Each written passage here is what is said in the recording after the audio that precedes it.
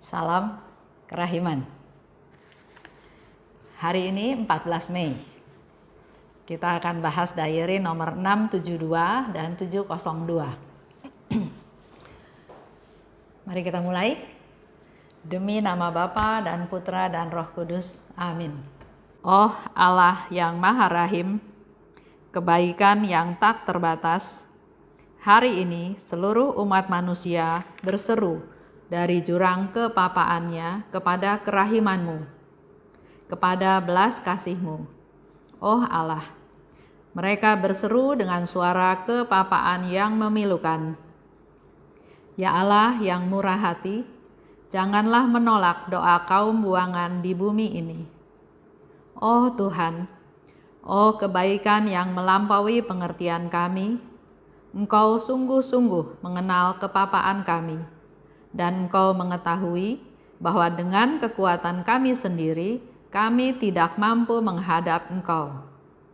Maka kami mohon kepadamu, limpahilah kami dengan rahmat-Mu, dan tingkatkanlah selalu kerahiman-Mu dalam diri kami, supaya kami setia melaksanakan kehendak kudus-Mu sepanjang hidup kami, dan pada saat kematian kami. Biarlah kerahiman-Mu yang maha kuasa melindungi kami dari serangan musuh-musuh keselamatan kami, sehingga kami sebagai anak-anak-Mu dengan penuh pengharapan menantikan kedatangan-Mu yang terakhir, hari yang hanya Engkau yang tahu. Kami berharap akan menikmati segala sesuatu yang dijanjikan Yesus kepada kami, meskipun kami ini penuh dengan kejahatan. Sebab Yesuslah harapan kami. Lewat hatinya yang maha rahim, ibarat lewat gerbang yang terbuka lebar, kami masuk ke dalam surga. Demi nama Bapa dan Putra dan Roh Kudus. Amin. Diary 672. 4 Agustus 1936. Siksaan batin selama lebih dari 2 jam. Sakratul maut. Tiba-tiba kehadiran Allah meliputi aku dan aku merasa seolah-olah aku berada di bawah kekuasaan Allah yang adil. Keadilannya serasa menusuk aku sampai ke sumsum. Secara badani, aku kehilangan kekuatan dan kesadaran. Saat ini, aku mulai mengenal kekudusan Allah yang begitu besar dan kepapaanku sedemikian miskin. Suatu siksaan yang berat menimpa jiwaku. Jiwaku merasa bahwa perbuatan-perbuatannya tidak ada yang tanpa celah. Kemudian, dalam jiwaku, bangkitlah daya pengharapan yang merindukan Allah dengan segenap kekuatannya.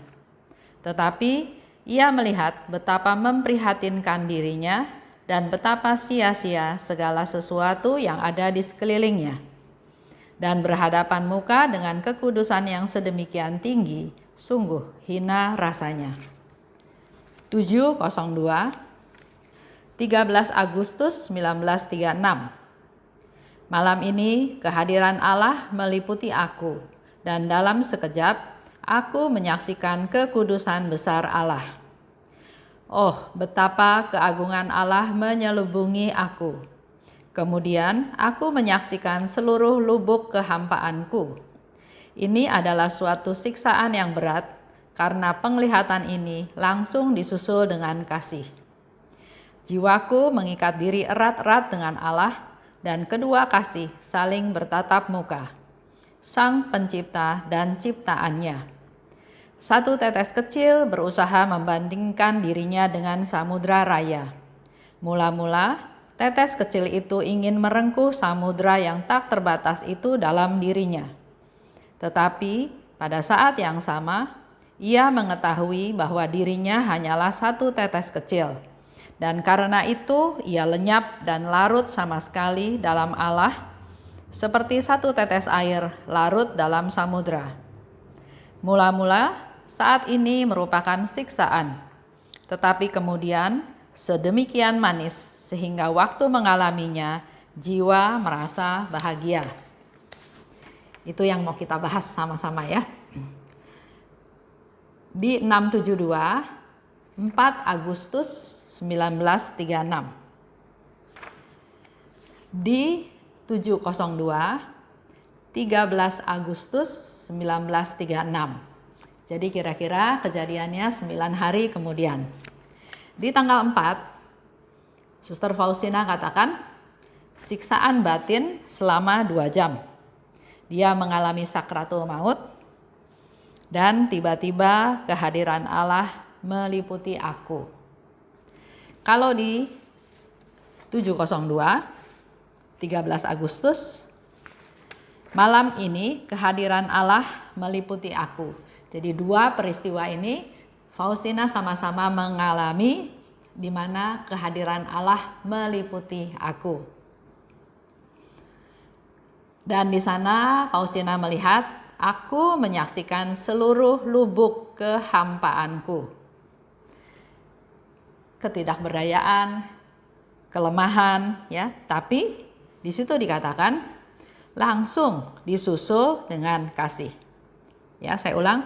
Kemudian aku menyaksikan seluruh lubuk kehampaanku.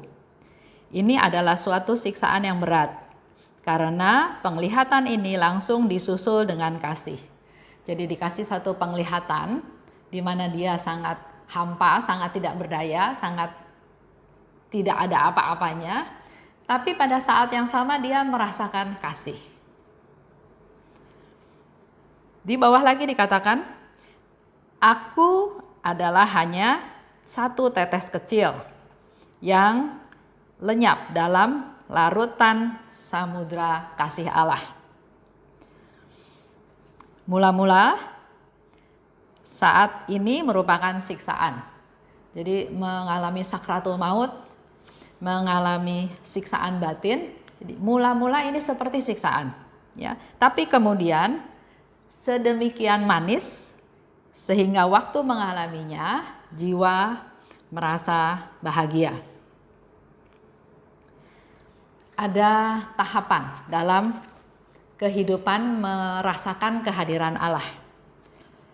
Kalau kita lihat dari contoh Suster Faustina, di sana dikatakan dia mengalami siksaan batin lebih dari 2 jam. Coba kita juga refleksi ya ke diri kita masing-masing.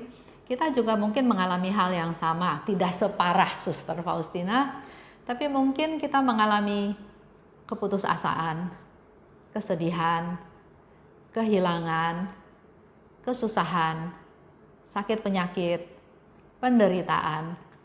Dan Faustina katakan selama 2 jam itu dia merasa seperti di sakratul maut. Jadi ada tahapan, ya, kita lihat ada tahapan di mana tahapan Suster Faustina merasakan kepedihan, kesusahan, penderitaan. Tapi ini tidak stop sampai di situ. Lewat masa ini dia merasakan kasih. Dia merasakan Allah yang hadir, dan Allah yang hadir itu membawa kasih yang berlimpah. Sehingga dikatakan bahwa mula-mula aku merasa siksaan. Tapi kemudian sedemikian manis sehingga waktu mengalaminya jiwaku merasa bahagia. Ini rahmat yang mau kita gali. Sama seperti contoh yang gampang, kalau setiap hari kita makan enak di mana aja makan, mahal, enak, makan enak setiap hari. Mungkin setelah 1 bulan kita nggak merasakan lagi makanan enak itu. Tapi sebaliknya, kalau kita merasa susah, merasa makan hanya seadanya saja, bahkan makan pun susah payah, waktu masa itu lewat dan kita diberikan kasih, diberikan makanan yang tidak mewah, tapi diberi makanan, itu rasa sukacitanya pasti berbeda. Ini yang mau kita renungkan, mau kita hayati. Kenapa ada suasana susah, tapi setelah itu ada suasana senang. Di dalam menghadapi penderitaan, di dalam menghadapi kesusahan, pertama ada tahapannya. Tahapan kita menerima, dalam tanda kutip, menerima situasi yang terjadi. Kemudian mungkin tahapan berikutnya kita hening, kita refleksikan diri kita evaluasi, kita renungkan, kita mencari pencerahan, apa tujuan daripada semua ini? Dan setelah itu ada tahapan penerimaan. Karena pernah juga Yesus bilang, dia tuh ingin memberi banyak rahmat yang dia ingin beri. Tapi masalahnya banyak orang yang nggak siap. Sehingga yang terjadi adalah sebagian orang menerima rahmat, sebagian orang merasa saya tidak dapat apa-apa. Poinnya bukan karena Tuhan tidak memberi, poinnya karena kita tidak siap. Oleh sebab itu sekali lagi tadi saya katakan, setiap peristiwa, setiap kehidupan, setiap situasi, tantangan, masalah, itu selalu ada tahapannya. Tahapan penerimaan, tahapan kita hening, kita renungkan, kita evaluasi, kita review semuanya kembali. Setelah itu ada tahapan penerimaan. Dan pada waktu kita sudah sampai tahapan penerimaan, maka dikatakan di sana, sewaktu mengalaminya, jiwa merasa bahagia. Itu yang mau kita renungkan pada hari ini, pada tanggal 14 Mei. Jadi silahkan Bapak Ibu refleksi ke diri kita masing-masing dengan segala permasalahan yang ada, lakukan tahap tadi. Pasti ada sukacita, ada kebahagiaan, ada damai sejahtera. Karena itu yang Tuhan mau berikan kepada kita semua. Sebelum saya tutup, ada satu teman sharing. Dia katakan pada waktu ikut novena, dia ikuti seperti biasa. Tapi setelah novena selesai, dia mulai mengulang lagi novena tersebut. Ikuti doanya, ikuti pengantarnya, dan di situ dia bilang, ternyata Tuhan memberi sesuatu kepada dia. Kalau tadinya dia lewat begitu saja, tapi ternyata Tuhan mau berbicara sesuatu kepada dia, memberikan pencerahan, memberikan masukan, memberikan solusi, memberikan jawaban. Ini yang memang harus kita lakukan bersama-sama. Baik, kita tutup dengan doa penutup. Demi nama Bapa dan Putra dan Roh Kudus. Amin. Allah Bapa yang Maha Baik, tak henti-hentinya kami bersyukur dan berterima kasih karena setiap hari Engkau sudah bimbing kami untuk bisa belajar, melihat, menerima segala permasalahan yang kami hadapi. Apakah sakit penyakit, kegagalan, permasalahan dalam keluarga, kehidupan, dan banyak hal. Engkau mengajarkan kami untuk kami belajar menerimanya.